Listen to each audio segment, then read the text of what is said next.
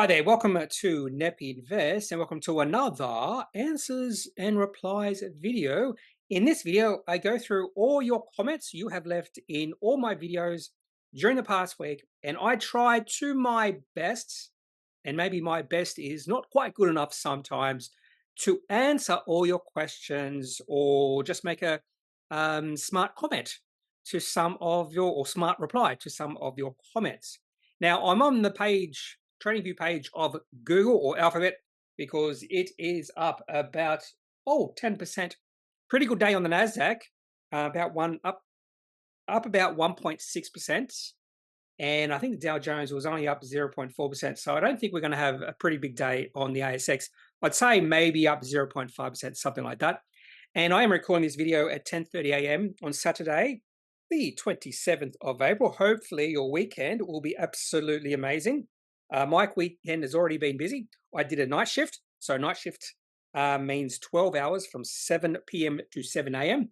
Then after my shift had finished, I went for a 9-kilometer walk, came home, decided to mow the lawn, and I'm thankful I did that. And now, after having a shower, I'm recording this video. I do not like sleep. And funny enough, this is really interesting. I never need an alarm to wake up. I heard someone say the other day that the definition of success is never waking up by alarm. So by that definition, I am quite successful because I never wake up by alarm. I just wake up naturally at about 5 o'clock every morning. And I think not liking sleep is beneficial because whenever I wake up, I just want to get up. And most people, after they do night shifts, particularly 2 night shifts, have a nice sleep. I just don't like doing it. I'm losing time. I've got stuff to do, like recording videos, mowing the lawn, and all that is out of the way now, and I'm feeling very happy. Well, most people are still sleeping.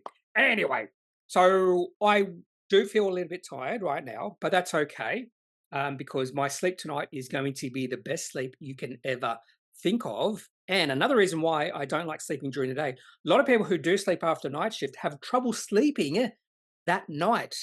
So I don't have that problem. Anyway, hopefully you're going to have a great weekend. My weekend will be great. The last thing I have to do is take one of our dogs to the vet on Monday. But that's at 10 o'clock in the morning, which I just went, oh, what are the worst time when the market is opening. But that's okay. I'll get to go through a lot of the announcements before I take the dog to the vet. Anyway, I'm rambling on.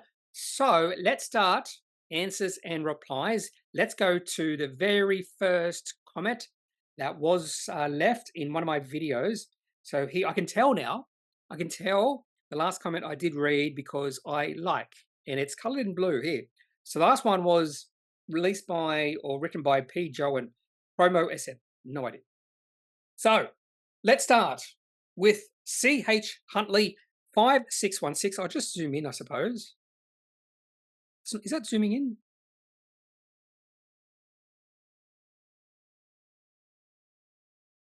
Oh, there we go. I've lost where I was. I have no idea what's happening here. Thought I'd be zooming in, but maybe I'll zoom back out. There we go. All right, so this is a comment from CH Huntley 5616, written on my last answer replies video last Saturday. Is it true 90% of retail investors lose? And there was a reply, if you stick to the major ETFs, you will win. Okay, this is a really interesting question. And thinking about it for a second, I don't see how this could be true. I've never heard this. I don't know it. I don't see how it could be true. I have heard that 99% of day traders lose money. I could see how that is true. But let's just look at this rationally. 90% of retail investors lose. Okay. So the stock market on average goes up, let's say 10%. I think it's a little bit lower than 10%, but let's say 10%, which means in the ideal world, every single investor in the world could actually win. There would be no losers. In the ideal world, everyone would be up 10%.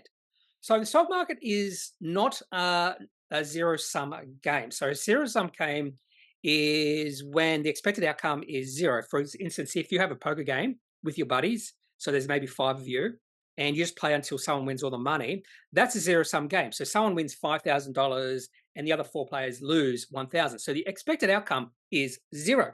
In the stock market, the expected outcome is 10%. That is why we invest, because over time, the stock market goes up. And there are scenarios where every single investor actually wins and no one loses. Now, saying that, more than likely, there are going to be some investors who do lose money because they put all their money into one speculative company, and that speculative company goes bust, so they lose maybe $100,000. I have seen that happen before, and that's why we get told we need to diversify. And if you just think this rationally, if the expected outcome of you being an investor is, say, 10%, if 90% of retail investors lose, so they get negative, that means there's going to be 10% of retail investors who make a massive amount of money. And the reason I say that is fund managers actually perform worse than the average. So if fund managers perform worse than the average, 99% of day traders lose money, and 90% of retail investors lose money, that means there's a small amount of people, investors, who make a massive amount of money. And to be honest with you, that doesn't really happen. I've seen and heard some private investors make maybe 40 to 50% per year.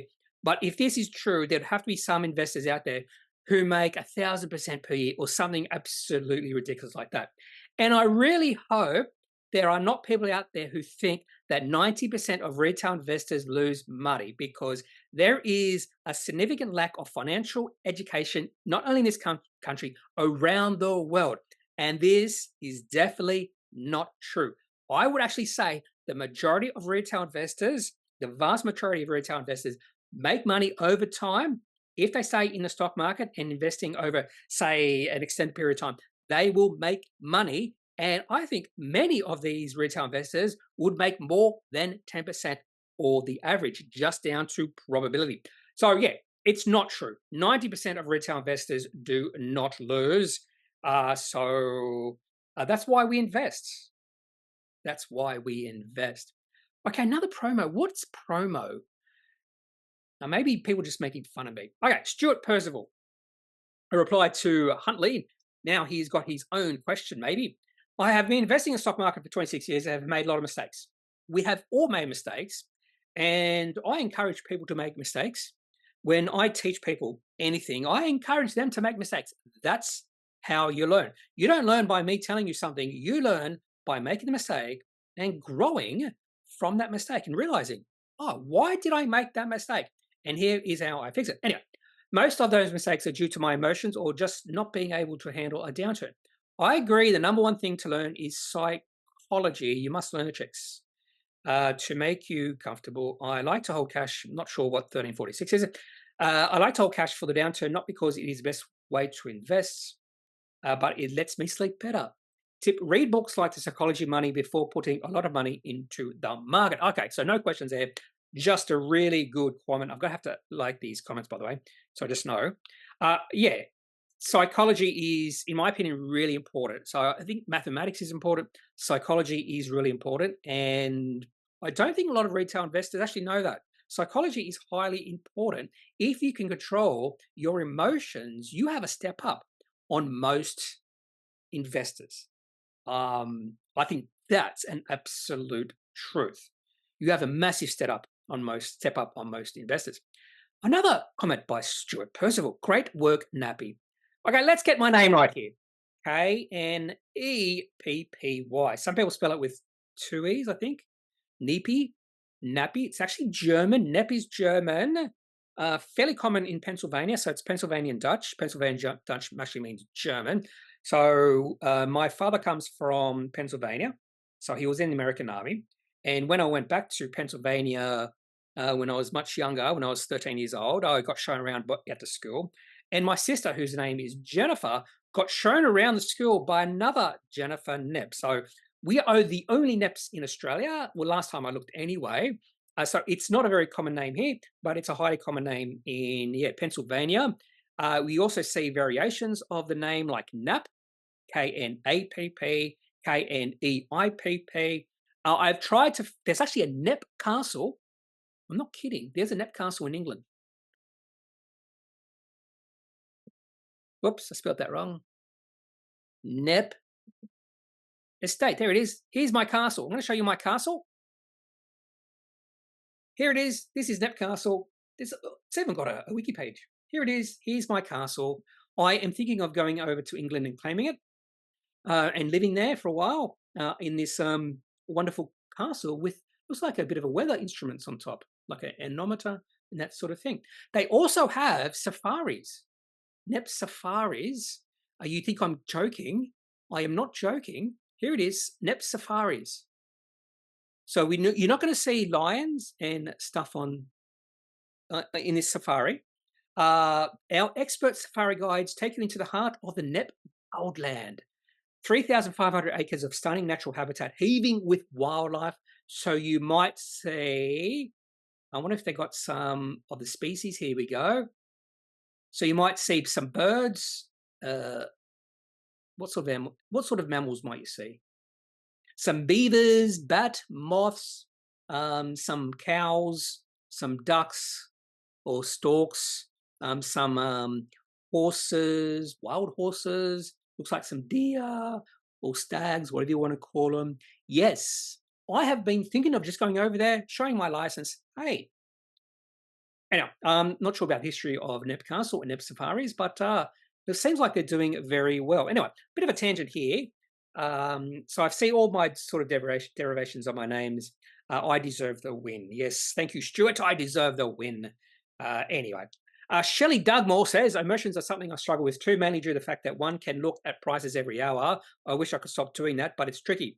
And when you know certain investments were not the best from the start and they go into negative. I can almost guarantee you, every single investment I've made, I was down at one point on that investment. I think that's really important to understand that you more than likely will be down. And a lot of investors, particularly new investors, don't realize that stocks don't go straight up as soon as you buy it. They can be quite volatile. And it does become easier when, and this is just again psychology, it does become easier, and I find this in my trading, it does become easier to make a decision once you've owned a company for a while and the share price is significantly higher. I found that sort of decision is much easier, particularly in my trading portfolio. Now, when it comes to my high quality portfolio, so these are companies I don't really look at all that often, maybe once a week. I don't look at the charts of those companies but once a week. But in my trading portfolio, every single day, I look at those charts. And that is something I think I have learned over time. So I've been investing for a while, and it has been a learning experience. And yeah, emotions are really important to get a handle of. Okay, Liam Jones says, really appreciate your answers. It's given me some good perspective. I think my discussion on emotions was in reply to Liam Jones. He was having a hard time last week because the market was down. He lost a fair bit in his portfolio, or his value of his portfolio went down. He didn't lose anything. His value of his portfolio went down. I do have a problem when, say Tesla share price goes down a lot, and they say Elon Musk lost $200 billion. That's not true. His valuation or his value went down. He didn't lose anything. Anyway. So Liam Jones, I've been investing for less than a year. I do my research and read my books, but I've noticed all the real learning comes from experiences. And this is a time to learn from a big downturn, but market psychology is simply something. Okay, so you've been investing for less than a year. This is really important. I would say, and I know this is true for traders, I've heard this time and time again. I was reading this other book, and this trader said he lost money for the first 3 years, and then the light finally hit. And it can take a while for the light to finally light up in your brain, your mind, and to really understand and know what you're doing. So don't give up. I think that's a big problem a lot of investors make, particularly new investors make. They lose a little bit of money and then they give up. They think the stock market is a mug's game. I heard this story a lot during the GFC. A lot of people lost a little bit of money. They got out at the bottom. Just keep your money in the stock market for as long as possible. Don't completely sell out. Even if the stock market looks like it's crashing, more than likely in 5 or so years, it's going to be higher. And just, learning from experience. You can't learn anywhere else but from doing. So even paper trading, you don't really learn by doing that. In fact, today I was listening to a podcast, and this fund manager says sometimes he takes a very small position in a company, because the best way to really understand or learn about a company is when you own the shares in that company. So even if you put a company on your watch list, you're not really going to learn like you would if you owned some shares in that company. And I have heard a few people say that. All they do is buy a small portion of shares in a company, and that's how they learn or really learn about that company. So keep on it, Liam.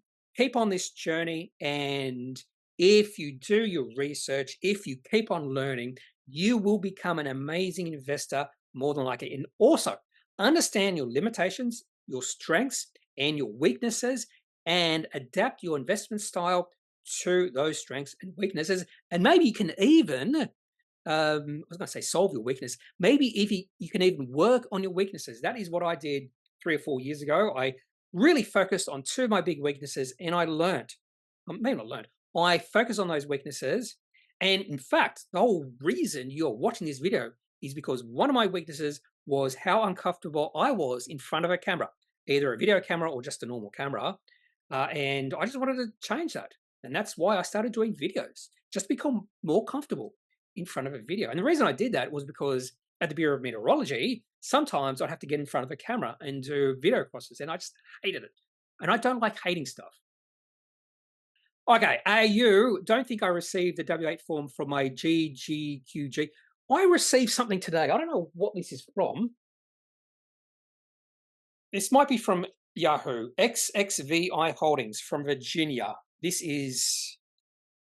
No, it's not the... It's a 1042S form. I have no idea what that is. I've never received this before. Anyway, thank you. So I bought shares through Superhero, and they're the true owners of GQG. Good topic, thank you. That's Showbiz. I really enjoy Insight, Wise Entertaining Ramblings. Thanks for having a look at IME and SXE for me, which you thought both had potential. I will take that as some encouragement to in my direct share earnings long below. What do you think of CO? Price had doubled in the last while. Okay. Cooper. Pretty sure this is Cooper Energy. I'll probably have to log in. Cooper Energy. Cooper Energy. Okay. I don't have much of an opinion. They did actually do a guidance update on the 19th. Did I talk about Cooper Energy? I have a feeling I did. So let's have a look at this company. So more than likely they are... Oh, that's right. There was a bit of a guidance update, yeah. So they improved their guidance. So it's now starting to light up in my mind. I remember reading this. So this was a production upgrade. I love production upgrades. Now, Cooper Energy is a mining company because they mine just gas or something. And you have to understand that mining companies are cyclical. Mining companies are price takers, and they're not high quality companies.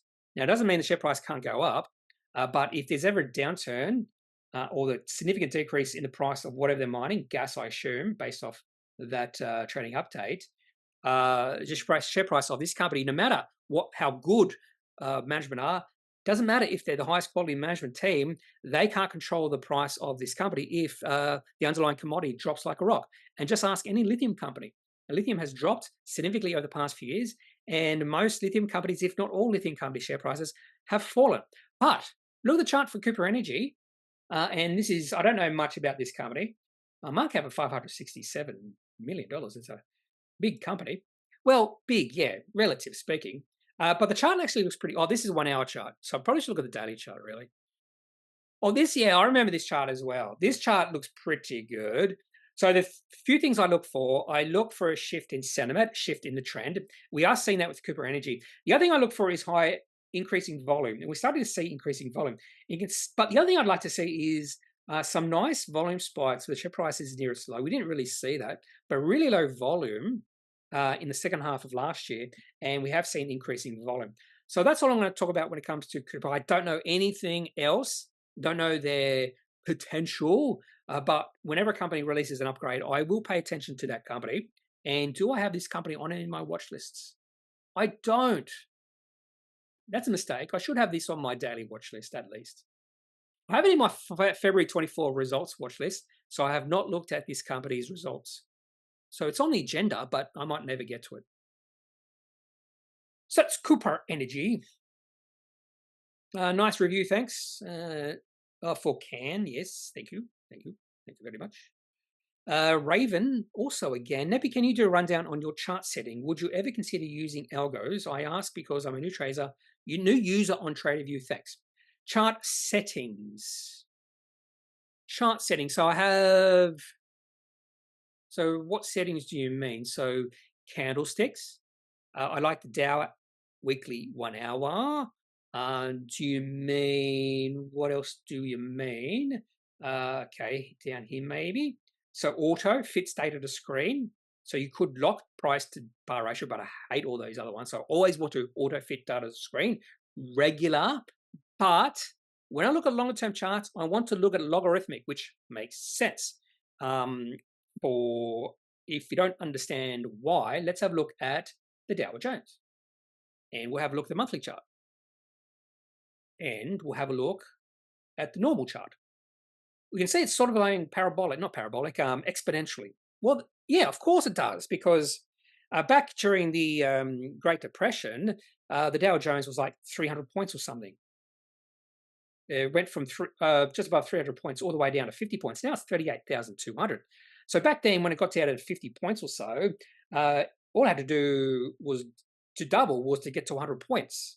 Now to double has to get to 76,000. So you need to look at logarithmic when you're looking at longer term. So longer term charts, I look at logarithmic, and you can just see the big difference when you do that. And this just shows you when you just see it. It's going like that. Monthly chart, almost a straight line up. That's absolutely shows you that even though there's periods of time here when the stock market goes down, over time it goes up. So there was Great Depression was a bad time. There was a period of in the 70s where the Dow Jones went sideways for almost 10 years or so, maybe even more than 10 years, but then it went up. So the key is to stay invested for as long as possible, because you get the benefits of the market rising. Again, it's a zero-sum game. We all can win if we stay invested for the long term. So we're not competitors. We are not competitors. We should all be joining together and willing each other on. This is not like a poker game when there's going to be one winner and one winner only. We could all win. I have never used Algos. I would tell you I'm a pretty bad, program and that sort of thing. Although stuff like ChatGPT and AI could solve that. So, and I used to think that the best job to have for the future would be a programmer. And now I think even that's debunked. And I actually got into this debate with someone. I said, there is not a job in the world that won't be done by, that can't be automated. There's not one job in the world that can't be automated. This person said politics. I said, well, that's probably the first thing I automate. Because politicians, I think, are the worst human beings alive. They only think about themselves, and that's it, in the party. That's the first thing I'd automate is politicians. But there's not one job in the world, and this person said marriage counselor. I said, no, even the marriage counselor is biased. There's human biases there. There's biases within. There's not one single profession I could think of that can't be automated. And that means eventually humans will become obsolete. Now, humans are by nature a very warlike species. So this belief that AI will turn against us is just us projecting how we are onto AI. Same sort of thing with aliens. We have all these aliens invading Earth, but we're just projecting that we're a very warlike species onto aliens. Potentially, we're the most warlike species in the whole universe, and most aliens are very nice, and they're very beautiful and peaceful, and we're just projecting how awful we are as a species. And we are awful. You think of all the wars we have, you think how we treat animals, we are horrible species, if you think about it for too long. Anyway, so I don't use algo. Another tangent. TradingView is awesome. I love TradingView. So yeah, Algos. Now, not me. Sorry. If you do, leave a comment. If you do use Algos, leave a comment. Tell me what you do.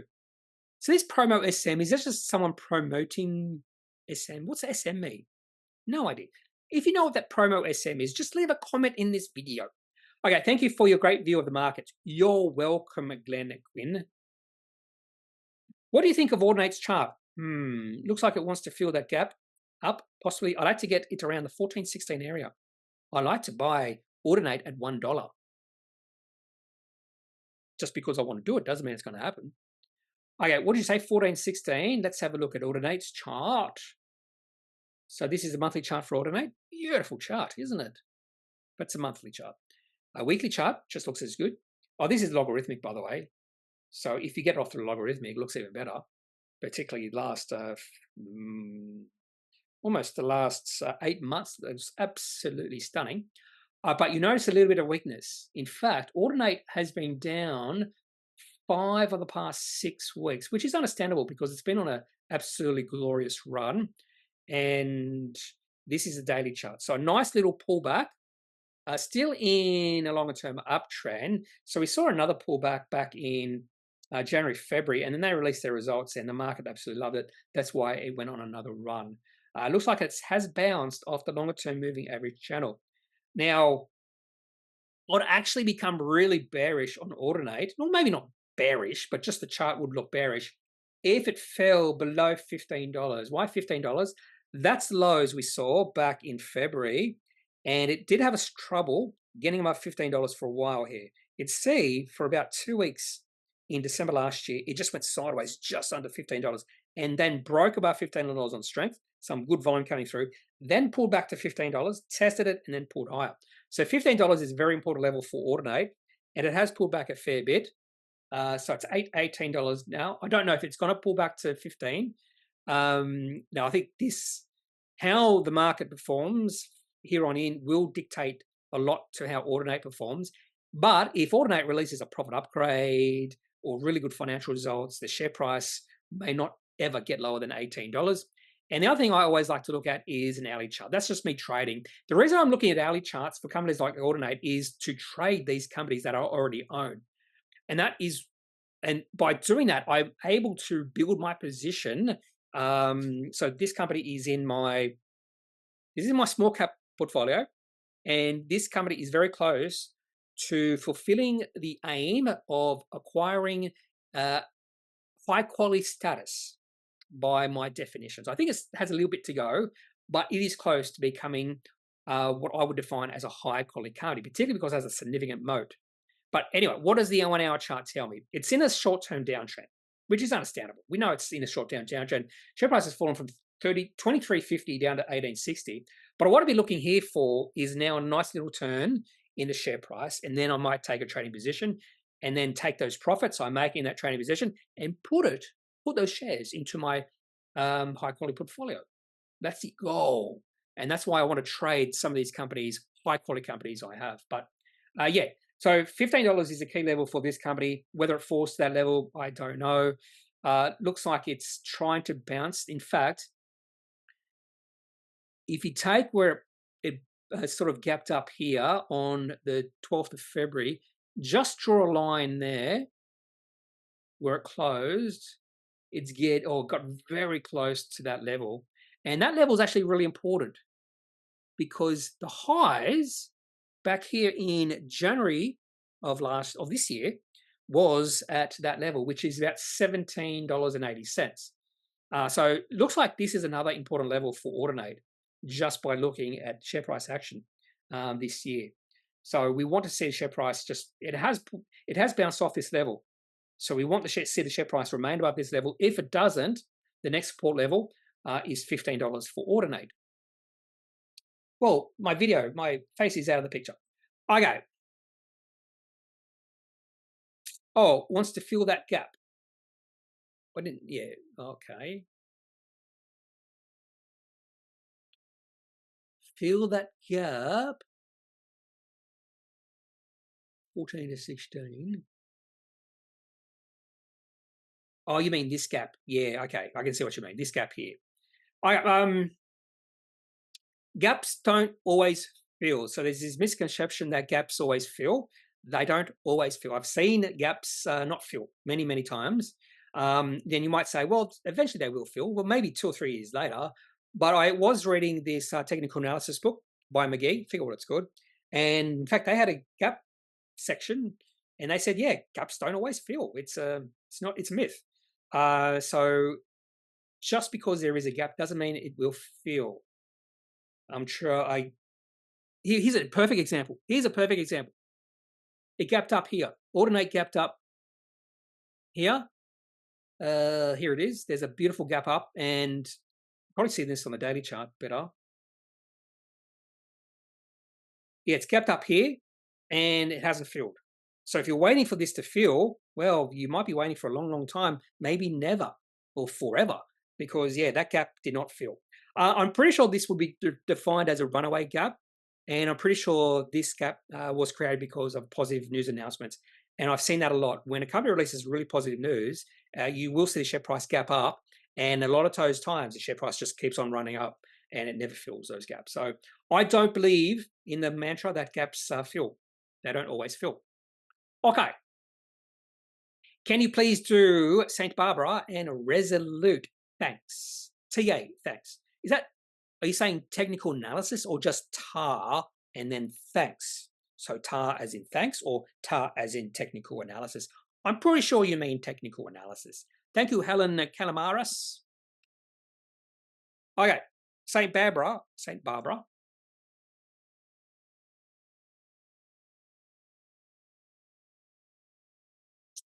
There's the daily chart. Yeah, I'm pretty sure I've done this last week, didn't I? St. Barbara does look pretty good. Now, again, and I shouldn't have to mention this, gold is very important for St. Barbara. This is a gold producing company. So if gold collapses, say drops 30%, St. Barbara share price will collapse as well. So you have to understand and probably really follow gold prices as well. And that's one thing I've learned when it comes to mining companies. Don't just follow the individual company's chart, follow the underlying commodity. Now, some of these mining companies mine many commodities. They might own or mine 5, 6, 7 commodities. So it's a good idea to know what commodity the company is relying on. For instance, BHP is closely related to iron ore. Rio Tinto, same. Fortescue, the same, but those aren't diversified. BHP looks like they're trying to get more of diversification into copper with that acquisition of Anglo American. But St. Barbara's chart does look good, but it should look good because of what's happening with gold. The other thing to look at is a really good volume here. Really nice volume coming in for St. Barbara, which is another good sign. And I'm pretty sure they released something really positive. So even though this is not technical analysis, I like to include events or announcements. So Q3 production up 33%, 5th of April, and how the share price responded to on that day. It rallied. That's really when the share price started to rally. So that was the first sign of some positive news flow from this company.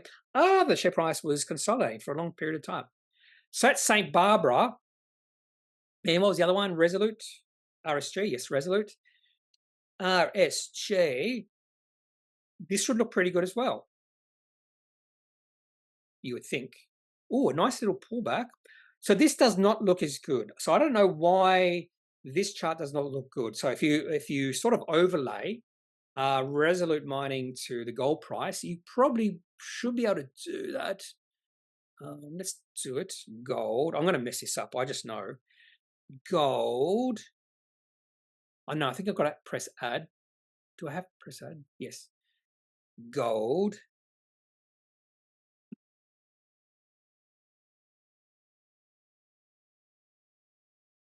Oh, I think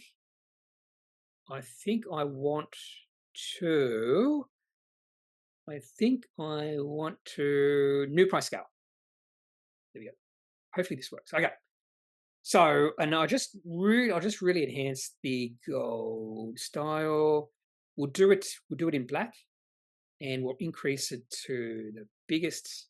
There we go. Okay, so you can do this for most companies. Just overlay the underlying commodity, and there is a bit of correlation here, I suppose, a little bit. And we did see the share price of gold pull back and Resolute share price pull back, but it's not perfectly correlated. But there's definitely is a bit of correlation here, you would say. Yeah. Although during this period here, share price of Resolute fell fairly significantly when gold prices were going sideways. So there was a bit of disconnect there. So there must have been something negative happening with Resolute Mining back then. But otherwise, Otherwise, yeah, the chart, it's not the best looking gold chart. There's much better looking gold charts out there. And for a trading commodity, and if you are trading, maybe not the commodity itself, but companies that are mining that commodity, I'd probably look and compare all these different companies. And there's many gold companies you can trade. I'm not sure if I have a favorite one just now. I do have a little bit of biases because I do have a little bit of money in gold companies, and I won't show you those charts because I don't want to influence you at all. But I probably prefer those because I just own them. Anyway, thank you, Kevin Calamaris. I'm pretty sure you asked me about St. Barbara last week, so hopefully you have heard me talk about St. Barbara in this video because you left it in that video. Maybe I should reply. Yes, I will reply to you, Helen Calamaris. Yes, it's answered in answer and reply video. Answer and reply video. I've got to learn how to spell.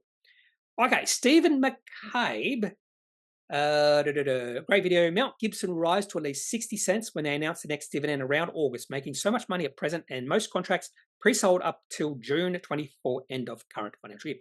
I would never make predictions like that. So my real job, my professional job, is all about making forecasts. And I know the folly of making forecasts in regards to anything because everything's about probability. So if you don't understand probability, then you can't really make forecasts. So when I forecast weather, it's about, well, I think there's like a 30% chance this might happen, 20% chance this might happen, 10% chance this might happen. Sometimes it's like a 95% chance this will happen. Or some days when it's nice and sunny, it's like 100% chance it's going to be nice and sunny. There's never 100% chance, like 99.99%. Some days when it's raining or there's thunderstorms, you might say there's a 30% chance we might get hit. Maybe 50% chance we might have 2 showers and thunderstorms. 20% chance we might not get anything. And it's all about probability. So I would never say Mount Gibson will rise at least 60 cents because I just have no idea the future. Gold prices, not gold prices, iron ore could drop 75%, and that would mean Mount Gibson does not get to 60 cents. I have liked Mount Gibson. I was very close to making another trade with Mount Gibson, very close to buying some more shares with Mount Gibson because I do think it's actually really undervalued. But again, it's a mining company, and I just don't want to hold mining companies for the long term. I just want to trade them. But Mount Gibson does look cheap. I'll give you that credit. It does look cheap. Anderson, great title. Bears happy. Okay, yeah, Bears happy. Are they still happy? I love bears, by the way. My favorite animal in the world is bears. I was actually bitten by a bear when I was 6 years old. A story in itself that I won't share with you in this video. The reason Dubber is falling is that it was fundamentally set up by a couple of get-rich-quick bozos. So yes, saw an opening in the market for using AI to analyze. Okay. Yes, Dubber, disaster story. Yep, it is a disaster story. Fantastic revenue growth, but no scale. Absolutely disaster. And again, what was the CEO, Steve McGibbon or something like that? McGarry, or whatever his name is, took off with, well, shouldn't say that. Something happened with like $20 or $30 million of the company's money, and I have no idea what happened to it, but he's been fired. Let go. Jay Trotter, Liontown, resources down 21%. Also, Vid just came across subscribing. Thank you, Jay Trotter. I can't remember doing that video. I've done so many videos, I just can't remember doing them all. My memory's bad. Thanks, Michael. Good video. You're welcome. Forest Hill. MMC, ASX Silver and Gold Junior Stock. So there are, was it over 2,000 companies on the ASX, and there's no way you will know every single one. I do know names of most companies. This one, I have no idea. MMC is Marsh and McLennan Companies. Well, that's New York Stock Exchange. Mitre Mining Corporation. Let's have a look at the chart. Oh, the chart looks pretty good. Mitre Mining Corporation. Go. So this is a junior, $45 million markup. Yeah, so definitely a junior, but the chart looks pretty good. Probably one of the best gold exploring junior companies I've seen, but I haven't seen many. I pay attention to a few, but not many. And this would definitely be better than the other two I am paying attention to. So possibly Mitre Mining should be on my watch list, not those other two companies. So thank you, James YU1YD, for sharing an idea with me. That's all of this whole video series about sharing ideas. Now, I would never include MMC, Mitre Mining, into the best performing ASX companies because it's a mining company. Gazmo, looks like Domino's Pizza going to stay low for a while. No rush to buy in at the moment. Yes, I'm no rush to buy, but I do know the share price has bounced off a support level. So let's have a look at Dominos. They released the sort of, what was it, strategy investor day. Market didn't like it. So let's have a look at the 1 hour chart. A very important support level at this dashed line, which is about $36.50. Why is that important? Let's have a look at the weekly chart. And we have to go all the way back to 2018 and 2019 when that level acted as a support. Share price did not fall through that level. And that means if the share price falls below this level, share price of Domino's will be at a almost a 10-year low. Yes, almost a 10-year low. But if we look at the 1 hour chart, share price perfectly bounced off it on Tuesday, 16th of April. So the day after, 2 days after the strategy investment day, it bounced off it. Now, that does not mean there's any strength in the share price because we have seen decreasing volume since then. And we did see pretty big volume just leading into that bounce, which is a good sign. But what we want to see some good volume coming through as the share price bounces. We're not seeing that. In fact, share price has been trailing off, or volume has been trailing off, which means it's weak. The bounce is weak. And I wouldn't be surprised to see the share price test this level, $38.50 again. What was it again? $36.50 again. And possibly it could break through because more times it tested doesn't mean it's weaker or it's stronger, but I think it does weaken the support level. I have heard people say it makes it stronger, but I don't believe that. I think it's the complete opposite. It actually weakens it, particularly if the bounces become weaker and weaker. So yeah, I actually agree with that.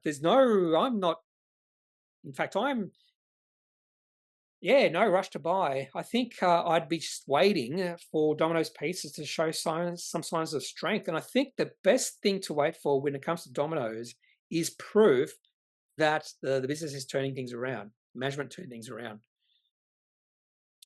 Right. Lindsay share price went on a run because Scott's refrigerated transport went fast. Now that you've said that, I now remember that. And I remember reading that and thinking, oh, Lindsay's could be a good play, and I never bought shares in it. So yeah, I do remember. That's amazing how just a few words just triggers memories. And yes, I remember that perfectly. Now in saying all that, Lindsay Australia's chart looks pretty weak now. And I had a look at this chart today. So this is the 1 hour chart. It's just broken support on Wednesday. So if you look at the daily chart, so that is a support. It did break support back in October and then rallied above it fairly quickly. So this is not a definitive break, but we have seen share price rebound off this level, about $1, about 1, 2, 3, 4 times. You could say even 5 or 6 times in the past. Now it's below it at 97.5 cents. So this is the weakest Lindsay Australia share price has looked for a while, discounting what happened back in November of last year. And if you look at the daily or the 1 hour chart, yeah, it looks pretty weak. Pretty weak. So that's Lindsay Australia. Thank you, Blacktop Images. Bob McMullen says, great analysis. 10 years is maybe too long as market volatility has increased significantly in the past 5. Yes, I have been thinking of looking at the last 5 years and doing a video series on that. I'm not going to do that now because you do get a different subset of companies. So that is absolutely true. But 10 years, yeah, I thought 10 years was a good time frame initially to look at. And now, yeah, I think maybe 5 years. But 5 years is weird because you do include the COVID-19 period. And I think that has distorted the performance of many companies during that time frame. But I think that distortion should be coming to an end, or should be, should be smoothing out within the next few years. Thank you, Bob McMullen. Now we have a name. I'm not going to try and pronounce it. Dice Keys. I like your opinion on GNX. Is this Genex Power? Okay, Genex Power, and then I'll go to the rest of the question in a second. Why is that not working? Oh, there we go. No. Is this Genex Power? If it is, there's a takeover bid for this company. It is Genex Power. I have no opinion on this company. There's a takeover bid. You can see there's a takeover bid. And I know there is a takeover bid for this company. You can tell there is a takeover bid, and maybe it's been improved just by the share price action in the chart. This is the exact thing you'd see when a company is being taken over. So I have no opinion on this company at the moment, because when a company is in the process of being taken over, I lose all interest. The only time I'll get interest in Genex Power again is if this takeover bid fails. So here it is. Genex extends J Power exclusivity period. So this would be a takeover bid from a J Power. Okay, yeah. So at this point in time, I'm sorry, I have no opinion on Genex right now. If I own shares in it, I'd probably sell by now. I would have sold. I usually sell when there's a takeover bid for companies I own, because there's a high chance the takeover bid will fail. Then there will be competing bids or an increased bid. Not always, but I just find that it's, and this is just my past experiences, it's just more financially better for me to have sold out when there is a takeover bid for a company, and not just hang on. Now, at the moment, I am holding on to a couple of companies. There is takeover bids. For instance, Task Group and MA Offshore. I have not sold and taken profits for both of those companies for different reasons. Do you find it weird that shares under 500 can be forced sold? I bought 500 worth of GTI to keep tabs on them for them to sell it 2 weeks later on me and not have paid it back to me. They should give you forewarning that they're going to do it. Now, I've already mentioned that sometimes, initially, I wouldn't mind buying a small amount of shares in a company. Now, I don't think they can force you, and I could be completely wrong, because sometimes you'll see there's some sort of Gratifi. Oh, okay, it's Gratifi. I always think this is graffiti. So I am going to see if they've released an announcement. Sort of not a forced buyback of shares, but they'll have an announcement. Here he goes. Sale of unmarketable parcels of shares. And if you don't want your shares sold, you have to get in contact with the company. I think it should be the other way around, or maybe not. So I have seen this a few times, but this has never happened to me when I've held a small amount of shares in a company and then they were sold on me.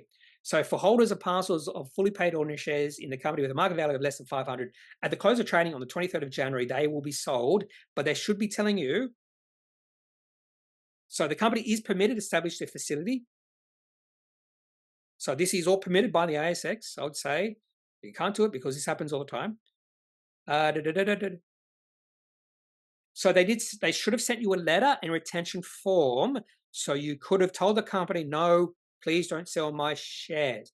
So hopefully this is a learning experience for you. So they can't force to sell your shares. Yeah, they can't. This is. It might seem a little bit devious that you have to get in contact with them to tell them not to sell the shares. But there is a cost to have all these shareholders who don't own a lot of shares. There is a cost to the company, and that's the main reason they do this. Anyway, so hopefully you've learnt your lesson in this case. Kneppy, have a look at Rincon Resources. Should be interesting for a few weeks. I'm trying to think of the RCN. I'm completely guessing.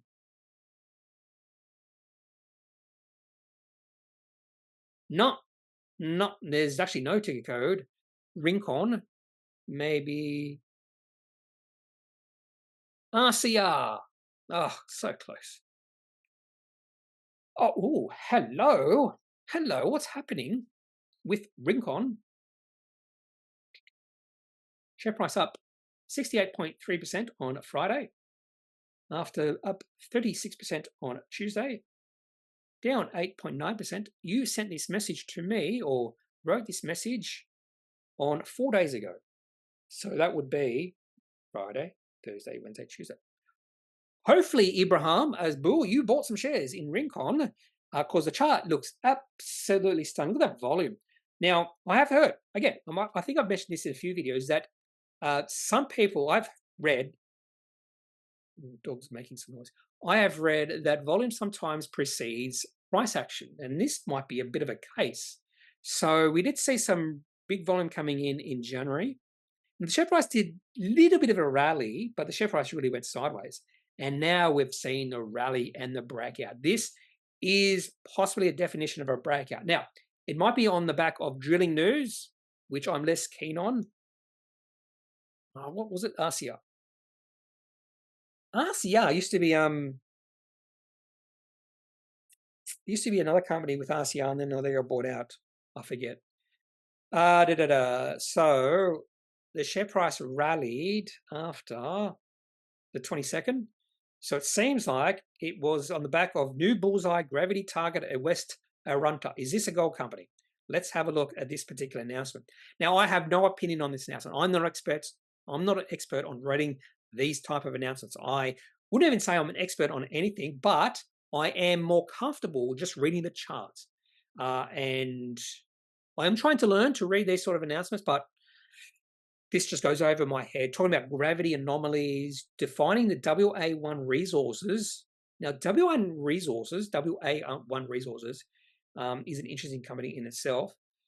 So I get this gravity stuff. It goes right over my head. I can't tell you anything about it, but the market loves it.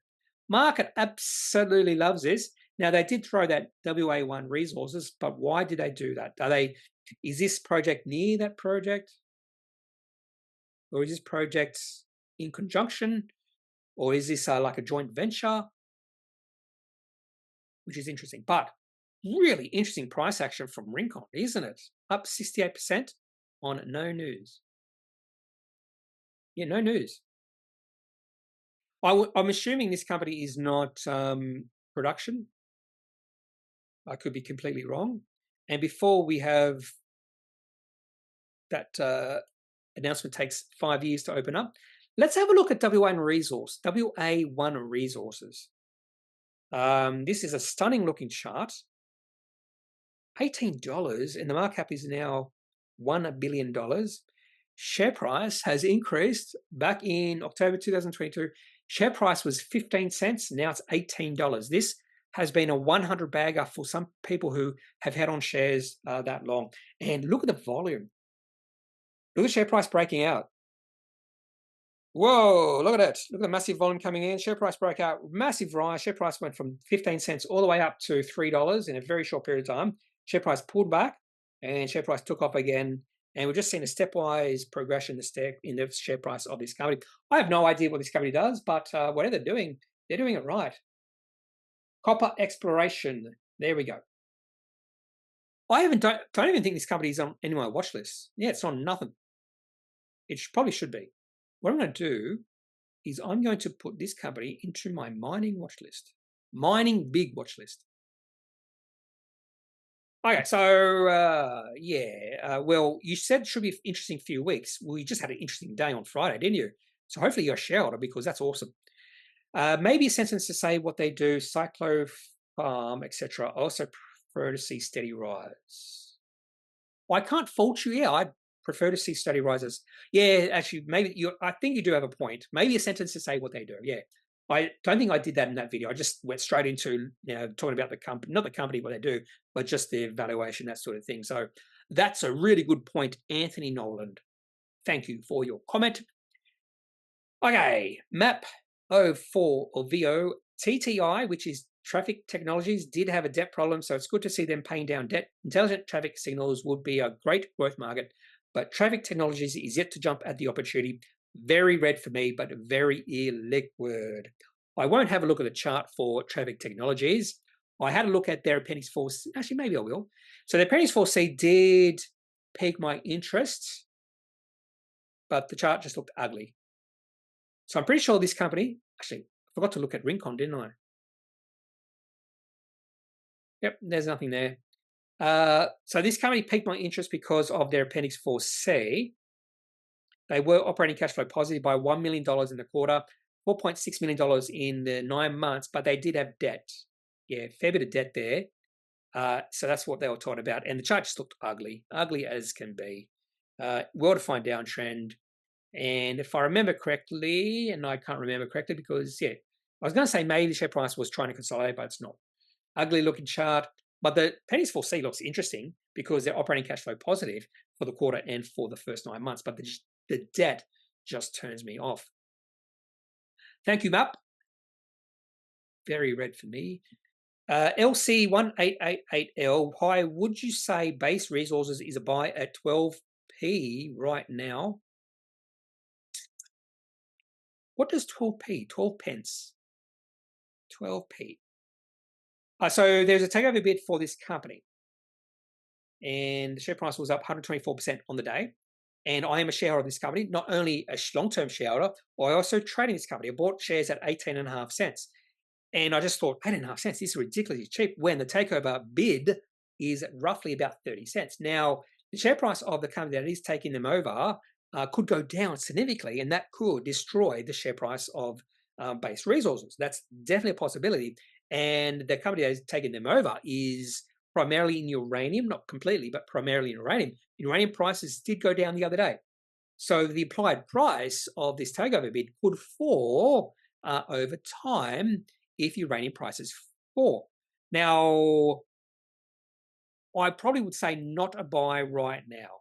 So I liked Base Resources when it got down to 18.5 cents. And that was, so it's at 24.5 cents. So I'm already up 33% in this trade. Yeah, that's all I'm going to say about Base Resources. No point looking at the chart, or maybe I will. And I probably should take profits. I'm not sure when I'm going to take profits in this trade. You can see the share price on the day opened at 18 cents and the share price pulled back to 18.5. And then I bought. I just didn't understand why people were selling at that share price. When the implied takeover bid was 12 cents higher than that, it just didn't make sense to me. So at about 24 cents, I think, yeah, I'm not sure. This is, yeah, at the point where I'm more willing to take profits than buy some shares in this company. Ruben, KHJ, could you please do lifestyle communities, LIC? I did have a look at this company recently, I believe. Pretty sure it was in one of my videos I looked at LIC. I'm pretty sure because they did a trading update. It was really negative. There is a trading update on the 23rd, and the share price dropped 13.5%, dropped 3% the next day, 2.76% the next day. We don't have to even look at the chart to know. This is going to be an ugly looking chart. Okay, so I'm not going to talk about the trading update. It was negative. We know it's negative just based off the market reaction. So let's have a look at the weekly chart. Now, you do get different perspective when you look at the weekly chart. Well, maybe. Oh, actually. Okay, so this is interesting.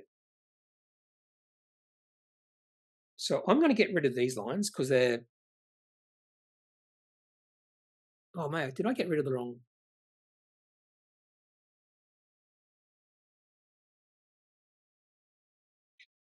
Yep, I did get rid of the wrong thing there. I really like looking at different time frames. So, and by looking at different time frames, you can really see support levels. So it's quite obvious that the share price of this company is at a really important support level, which was the lows we saw back in June 2022. Remember, there was a bit of weakness in the market back then, and this is right on that zone, that support zone. I would not be surprised to see a bit of a bounce here. Now, I would not be surprised because a lot of negative sentiment in this company right now. You can see 3 big down days in a row, big volume. I would not be surprised to see the share price just drop below that price, about $11.50. But I would not be surprised to see a bit of a bounce. And I would say right now, the share price in this company is oversold. And when a share price is oversold, there's a good chance there might be a bounce. Doesn't mean that will happen, but this could be just a trade, just where it is right now. For a longer term, the chart for lifestyle cycles, what it's called, lifestyle communities, not cycles, was a beautiful uptrend chart. This is a beautiful uptrend. If you just go to here, beautiful uptrend, and the uptrend is now at an end. So I'm not sure what's happening with this company, but the market doesn't like lifestyle cycle. I want to say lifestyle cycles for some reason. And the share price has dropped from about $24. It's more than halved since its high. Anyway, so hopefully that's enough for you, Ruben. Share price is at an interesting net level. KST says American Airlines, another US airline. Yes, I was talking about Delta, Southwest Airlines, American Airlines, yeah. Thank you all. Thanks, Kneppy. So again, say Nappy. Thanks, Nappy. Or Kneppy. Can you have a look at MYG, Mayfield Group? Similar to Southern Cross Electrical, Genex Plus, they are profitable electrical communication data businesses. I don't know much about Mayfield Group. So C9226, you could be sharing an idea with me. I like Southern Cross Electrical Engineering and Genex Plus because I'm a shareholder. And hopefully I'm a long-term shareholder of both of those companies. I think they're in the right space. So you could be providing me with a company I know nothing about. MYG. There was another company, I'm pretty sure had Mayfield, and they were an education company. How long has this company been listed for? Let's have a look. MYG. Okay. South Australian company. I don't know about that. I don't know if I can buy into any South Australian companies. I don't know. I'm joking, by the way. Okay, yep. Just by reading the snapshot there, looks really interesting. So when did they list? This is how I find out. 2006. Well, obviously they did not list in 2006. Okay, so this could be a backdoor listing. This is sometimes what I do. This is probably not the best way to do it. Here we go.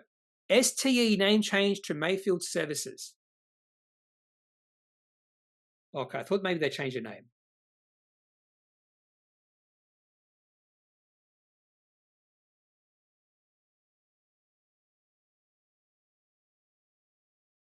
Nope. It's an acquisition. Sometimes it says what the name was here. I just want to see whether they changed the name or backdoored. Oh, here we go. So 2020 prospectus, completion acquisition of Mayfield Investments. Okay, yeah. So something happened in late 2020.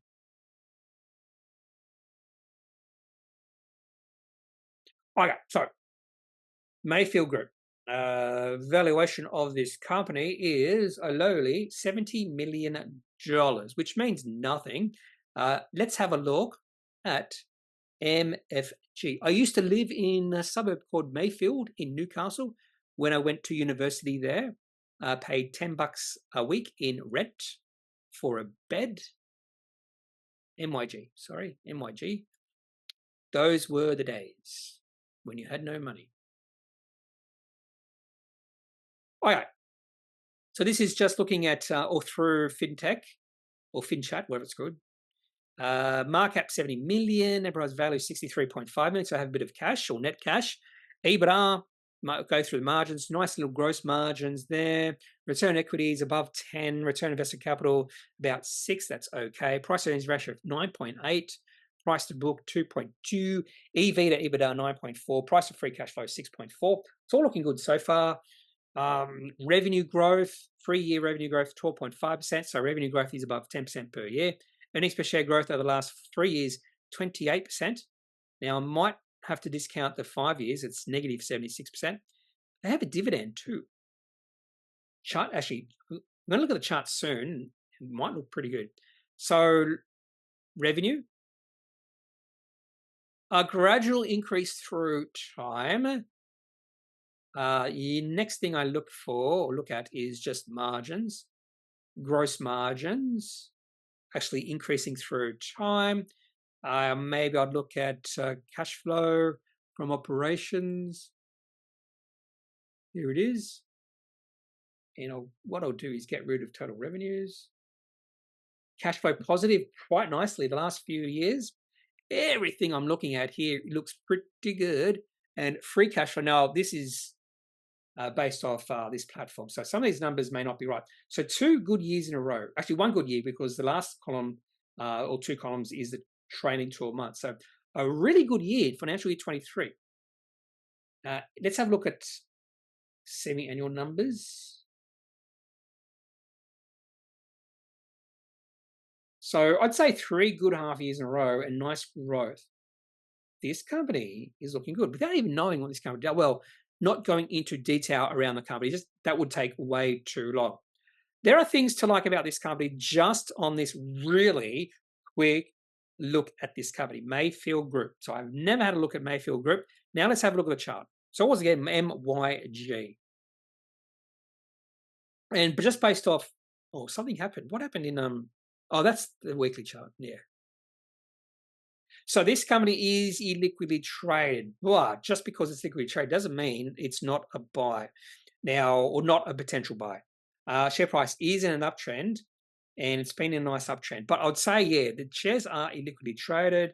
You do see trading most days, but there are big gaps here. And just have a look at the summary. So nice summary there. I would consider doing more research in this company. And if I saw the share price pull back to say the mid-60s, this would be an interesting buy. But that's without doing any or much research on this company. But my initial views on this company are actually quite positive. Quite positive. Thank you. Thank you for sharing that company with me. I thought Mayfield, something to do with education. I believe I'm thinking about another company. Hey, Mayfield Childcare, yeah. So we had Mayfield Childcare and Mayfield Group, yeah. And I don't really care about childcare companies. I would never invest in those sort of companies at all. But yeah, Mayfield Childcare, Mayfield Group need to distinguish between the two. I'd like for Mayfield Group to change the name to something more exciting like Kneppy Group, or something like that. Kneppy Power. Okay. MDR for 23rd 4Cs. Not sure what that means. MedAdvisor. MDR. Pretty sure that's MedAdvisor. Yeah, has to be MedAdvisor. Yeah. For 23rd 4Cs. They released their 4C on the 23rd. Whoops, the wrong company. Be good if I actually put the right company here. They did release their Appendix 4C on the 23rd. Not surprising, share price.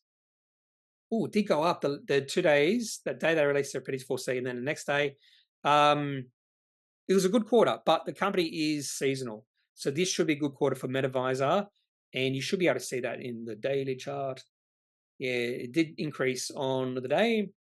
Chart looks okay. Not the best chart because of what happened back in February. Share price was higher than it is now. Okay, so that's that. In case you're not aware, TWD share price continues to make high highs on the back of improving financials. Also, it's worth noting that the stock is come dividend. Come. TWD. Tamawood. Okay, Tamawood. Okay. I don't know much about Tamawood. So let's have a look at the chart. Oh, the chart looks good. You're right. The chart looks good. Increasing volume as well. I have this in my buildings watch list. Is this a buildings company? Maybe it's something to do with wood. Gauges in the design and construction of residential buildings. Well, that's in the right section, I suppose. Yeah. So the chart looks actually pretty good. I actually do like this chart, by the way. So I'm going to put this in my daily watch list. Thank you for sharing that idea with me, Tamawood. Improving financials. It makes sense. Improving financials should be beneficial for the chart over time. Come dividend, yes.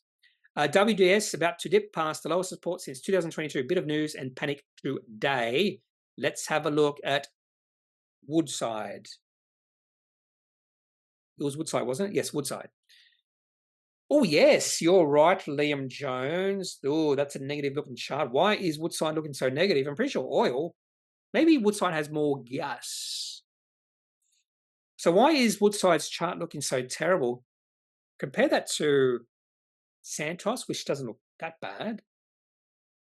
Sort of going sideways. And then Karoon. Pretty sure Karoon share price had a little bit of a dip the other day.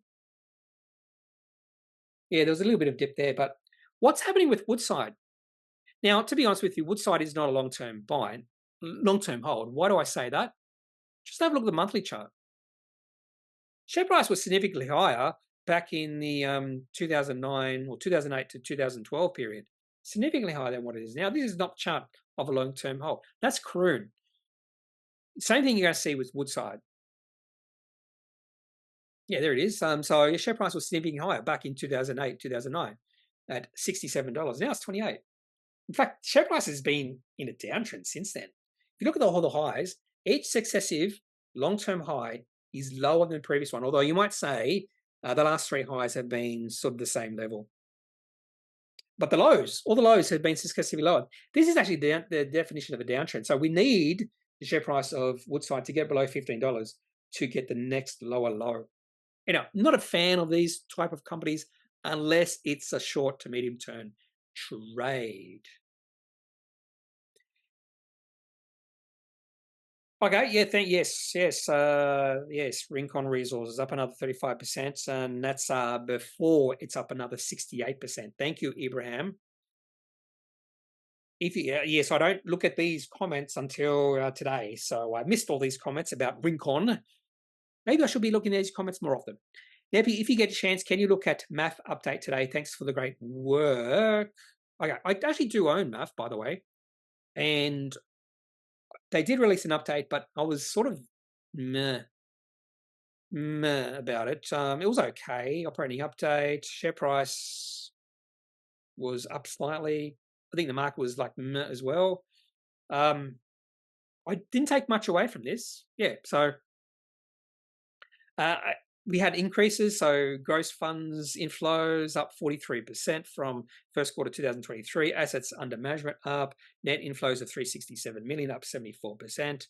Loan book of 294%. Successfully completed 55 million unsecured note offering. It was just a muh for me at this point in time. And I think the reason why it was a muh was simply because of their financial results. You can see the chart for this company.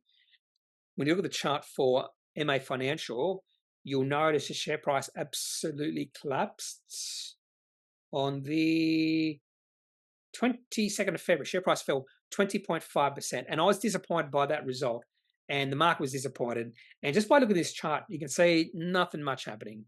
Share price going sideways over the past 2 years. But I think eventually it will go higher. I do like this company for the longer term. Some people call this like a mini Macquarie Bank. I'm actually not the biggest fan of Macquarie, but I think that's even being unfair on MI Financial trying to make that comparison. Yeah, so it was like a meh, and I think the market was meh as well. NMC, ASX Silver and Gold. Yes, I think I've already talked about that. Kneppy, can you please do a step-by-step video on how you create a DCF and reverse DCF for a small cap? There are any tools that can make this process easier? Yes. Thanks for the great videos. Okay. So I used to use Guru Focus. I wonder if but that's when I was a subscriber. I'm not sure if you can use DCF tool. There's a lot of tools out there, DCF tools out there. Now, before I talk about this, I very rarely look at DCFs. I do look at reverse DCFs. And the main reason I don't do DCFs is because I think there's too many assumptions. And I think people are too conservative. And I actually have a really good story about this. So last April, someone on a website, I forget what website it was a fairly popular website. They did, to prove how overvalued Nvidia was, they did a DCF. And they put all the numbers down, including all the forward-looking free cash flow of the company for the next 10 years. And just based off all their projections, based off some of their assumptions, they said this company, Nvidia, was significantly overvalued. Now, we could see all the numbers that were spat out by their assumptions. and they had free cash flow of Nvidia of something like $30 billion by 2034 or something like that. So I'm just going to show you Nvidia. Actually, I'm going to show Nvidia via this. And this was a great example of why I don't like DCFs, because of a lot of assumptions you have to make. Okay, so Nvidia, if you just look at free cash flow, and we'll do this by quarterly. Free cash flow. I think it was free cash flow. Pretty sure it was. Free cash flow. So this person did their DCF but on the back of the December quarter results.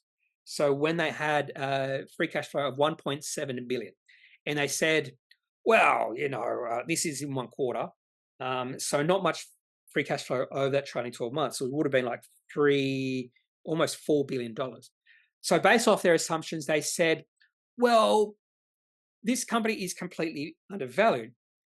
And one of the reasons why is because in 2033 or 34, this company will only have free cash flow of, I think it was $20 to $22 billion based off the projected growth. And that projected growth was this one person who thought they were going to grow, or Nvidia was going to grow at that rate. And Nvidia went past their projected free cash flow 9 years earlier than they expected or projected. That's the problem with DCFs. I have heard this time and time again. People have done DCFs for companies like Amazon like 10, 15 years ago and said, this company is massively overvalued. Look, I just did a DCF. That is not how you use DCFs, in my opinion. DCFs should only be used for mature companies that aren't growing all that much, who have very stable revenues, revenues flat or going up slightly or going down slightly. That's when I would be comfortable using a DCF. Not for small caps that are growing, not for Nvidia. Who knows what the free cash flow of this company is going to be in 10 years? We just don't know because of the potential of this company moving forward. And doing a DCF with making all these assumptions was just a fool's errand. And that person looks absolutely silly now that their projected free cash flow was 9 years too late. Okay, but I do like reverse DCF. So let's have a look at Guru Focus. I'm hoping I'll have a look at Microsoft. So all you have to do, and I'm not a subscriber to this anymore, so you could do this yourself if you want to. So Microsoft, so just put any company you want. For some reason, I'm doing Microsoft, and I'll just zoom in a bit. And I'm pretty sure some other websites would have this. I'm pretty sure FinChat has this, but I have not used it yet. I've used Guru Focus. So in the website of the company, or the site of the company, the page of the company, they have summary, 30-year financials, estimates, and then DCF. Just click on DCF, and it does all the numbers for you. Now, I sometimes will change. When I used to do this, I would always change some of these numbers. So you could base it off earnings per share, free cash flow, that sort of thing. Discount rate, you can change that. So what sort of gain, what sort of returns do you want? That sort of thing. 8% is fine. If that's all you want. Growth stage and then terminal stage. And I think some people have this problem too, thinking, after 10 years, the company won't grow all that much. So they've got a growth rate of 17.5% per year for Microsoft and 4% per year after 10 years. That's probably going to be way out. That's probably an underestimate. So according to this particular DCF, with a discount rate of 10%, particular growth rate of 17.5% per year for 10 years, and a terminal rate of 4% per growth after that, this company, or this DCF, has Microsoft fair value of $335, which is 21% lower than what the share price is right now. So you can fiddle with some of these numbers. Maybe you want 20% return, which means Microsoft is undervalued by 172%. Or maybe you just care about 4% return, which means, or maybe 5%, which means the company is significantly undervalued right now if you just want a 5% return. Okay, but there's a lot of assumptions you need to make. What sort of growth do you think is going to happen over the next 10 years? And then you've got the terminal stage. I just don't know. And right next to the DCF, we have a reverse DCF model. So it just does everything in reverse. And what this tells you is the growth rate on your, based off your discount rate. So you'll notice it goes up if you change the discount rate. So if you want a 9% return in the future, this company, Microsoft, will have to grow their earnings per share at 18.9% per year to justify the current valuation. Now, just below that, they do show you the annual earnings per share growth rates over the last 10 years, 5 years, and 3 years. And the rate of growth in earnings per share for Microsoft is around 20% per year.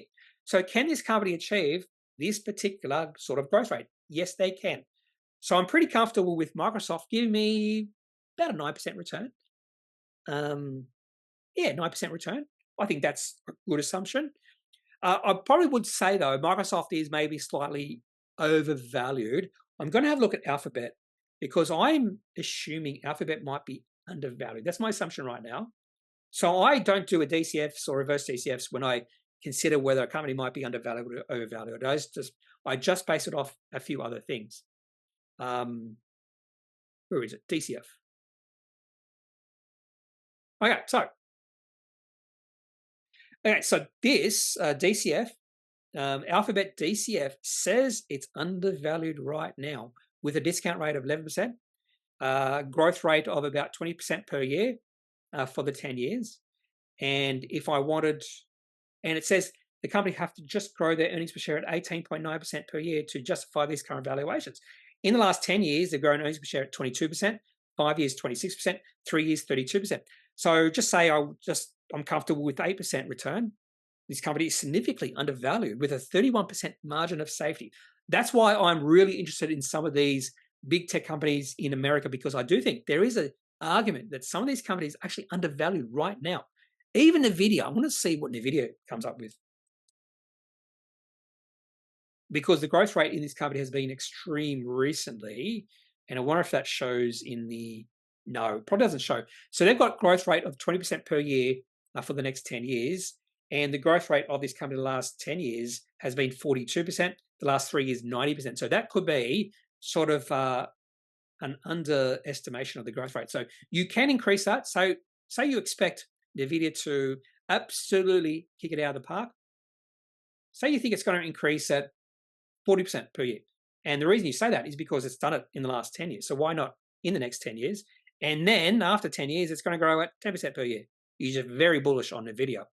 So just by doing a simple DCF based off these assumptions, the fair value of this company is double what it is now, almost double what it is now.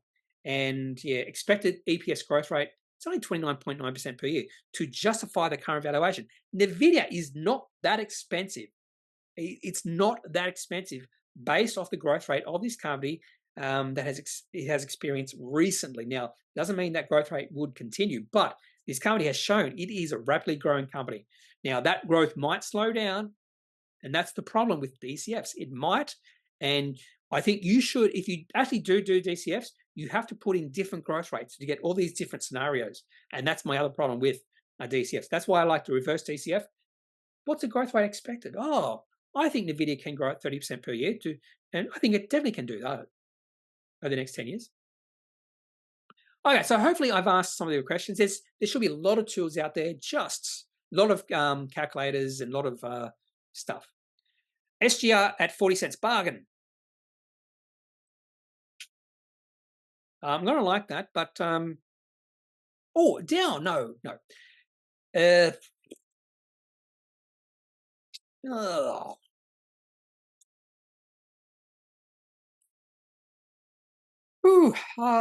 Whoops. I don't want to look at Singapore Post. I want to look at Star Entertainment Group, sorry. I traded Star Entertainment Group back here. See this little pop-up? I went, this could be a sign of a turnaround. Share price on that day increased 18%. Share price then decreased, and I got out at less than 10% loss. That was a great move. So sometimes you should, even your losses, sometimes really good trades. So I'd rate that trade at 10%, not at 10%. I'd rate that trade an A+, because I got out when I should have got out. And that share price then was above $1. Share price now is at 39 cents. Share price could fall much further from here. Now, I do think there was looking like share price might be trying to consolidate. and no more. Some big volume coming in. I don't know if it's a bargain, to be honest with you. I don't know if I agree with you, Liam. I'm sorry, I just don't know. ASX Daily Rundown is an awesome series. Thank you. I'm generally getting some good feedback. EZZ is a marketing company like A2. Looks like the higher ad spending has been worth it so far. Probably have to agree with you on that point, Philip. EZZ is a marketing company spending a lot of money on marketing and advertising. I would like to see a little bit more scale where they're increasing their revenue, but not really increasing the marketing as nowhere near as much. Yeah, so can't disagree with you there, Philip. Fantastico. Elon, we thought we should be thought of as an AI or robotics company. If you value Tesla as just like an auto company fundamentally, it's just wrong. Boom, up 13%. That's exactly what Elon said. If you're an idiot, let me put it in different words. If you don't understand what we're doing and you're an idiot, you should not be owning shares in this company.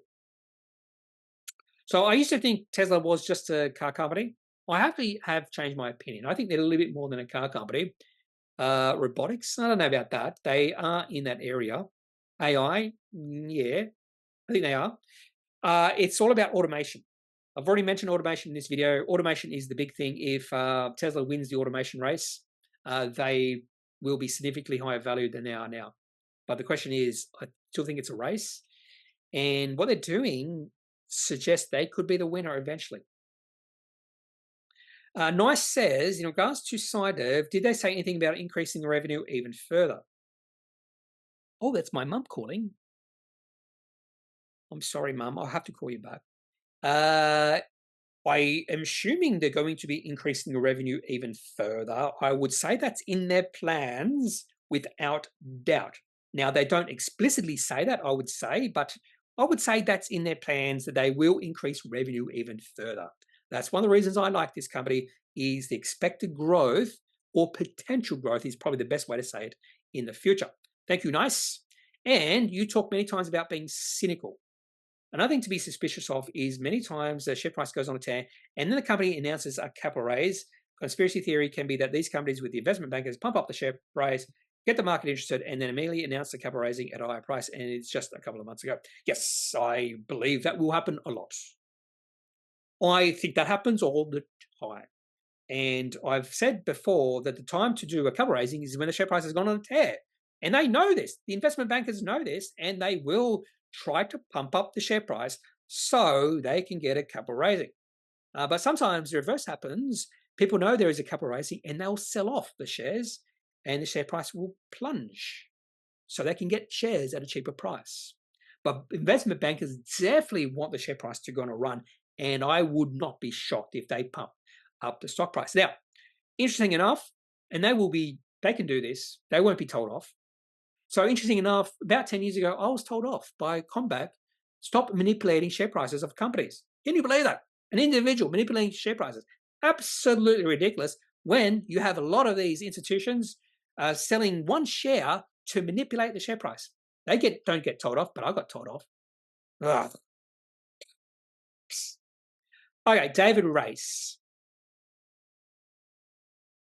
Very good. SAS always harder to value looking back, but I like what you did there. Fair value definitely got some good growth. I'm not a shareholder of ReadyTech, but I actually do like the company. So it's interesting. It's interesting that I like the company, but I'm not a shareholder. I think you can like companies and still not be a shareholder. Panda Magic Hero, one of the greatest names on this channel, one of the greatest viewer names, Panda Magic Hero.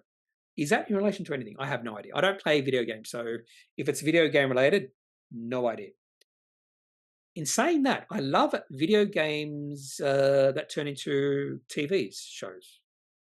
I'm really liking a lot of these video games that have turned into TV shows. And I think the main reason is video games, or the stories of video games, are really translatable to movies and TV. They just haven't done a really good job in the past, but now they're starting to do a good job. Okay. 3 more comments to go, because this video has been long, I think. Can you please, Panda Magic Hero, can you please give your opinion on the charts of SSR and LNW? Thanks.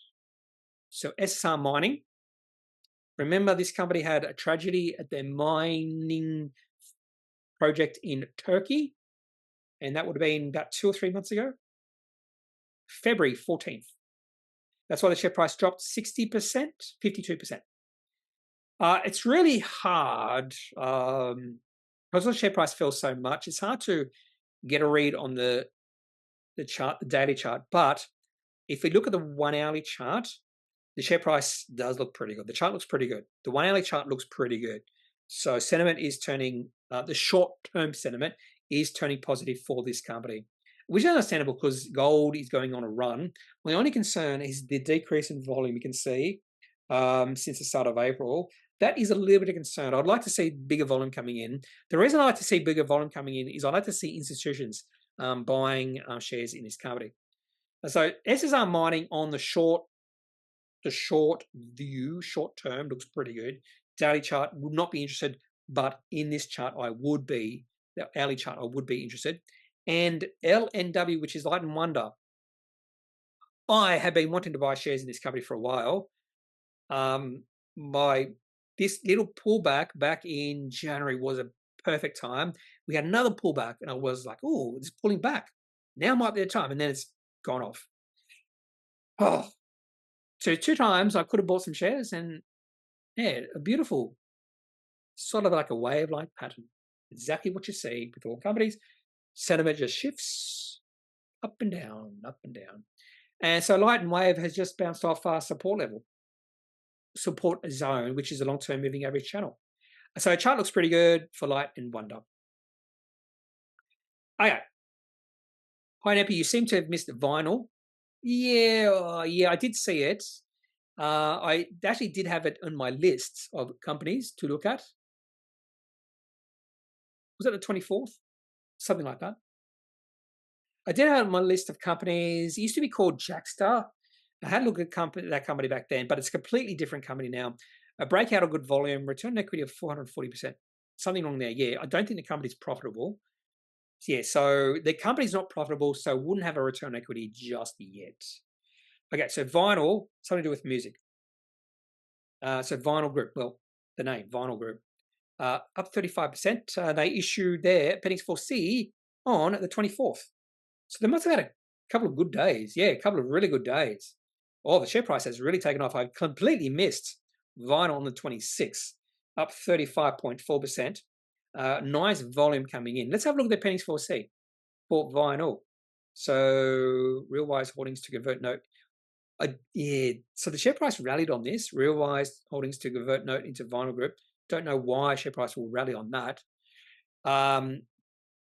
So return on equity, you need a return. So they would have an equity unless the equity is negative. And in fact, if you have negative equity and return is an equity, that would be a plus. So you have a positive return on equity. I'd never thought of that. Okay, this company would not have a return on equity that is legitimate because they're not profitable. I can almost guarantee you they're not profitable. I could be wrong. I could be clearly wrong. But the one thing I did see in regards to this company was a nice growth in revenue. So this is, I think this is revenue. Yeah, this is revenue the last few quarters. A really step up in revenue in the last quarter from about $200,000 to just under, no, wait there, yeah, $500,000 to just under $2 million. That's intriguing to me. But let's have a look at the operating cash flow. So here we go. So 1.7 million on receipts, but not quite operating cash flow positive just yet. Negative by 1.3 million. So not quite hitting that reflection point just yet. But the increase in receipts is really intriguing to me. So the only reason I didn't look at Vinyl Group is just because they were operating cash flow negative by a fair bit amount. But I have to understand and realize that one thing I do look at is growth in receipts. And this company definitely has that right now. Now, the company is not profitable, so it can't have a return on equity. So let's have a look at just FinChat, Vinyl Group. Here we go. And FinChat says return on equity is 182%. So how is that possible? Let's have a look. So let's have a look at the balance sheet. So according to this, net assets, 7.4 million. Income, so they must have an income here. No, it's income's negative. How do you have return equity is return, profit divided by equity. Profit has been negative. Let's have a look, see if Guru Focus says something else. Financials. Actually, no, we look at this summary, and this summary says return equity is, well, there's no return equity because it's negative. Return on assets, negative. Return on invested capital, negative. Return on capital employed, negative. That's exactly what I would expect. So I'm not sure what FinChat is going at, and we can confirm this just by looking at the last half year. So we're going to do that. Look at the last half year report. In fact, we'll look at the last half year and we'll look at the full year report too.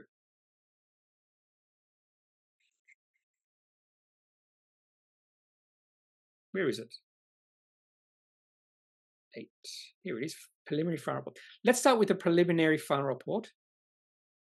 So yeah, so return equity definitely is not 440%. That would be insane. I'm not sure why FinChat has positive because the company, and we confirm this right now. We confirm this right now. So revenue, $580,000. How is a company going to have a profit when they have revenue of $582,000 in a year? It says here loss is $7 million. So let's have a look at the equity of the company. So equity is about $1 million. Now there is a chance. Wait. I think I know why. I think I know why.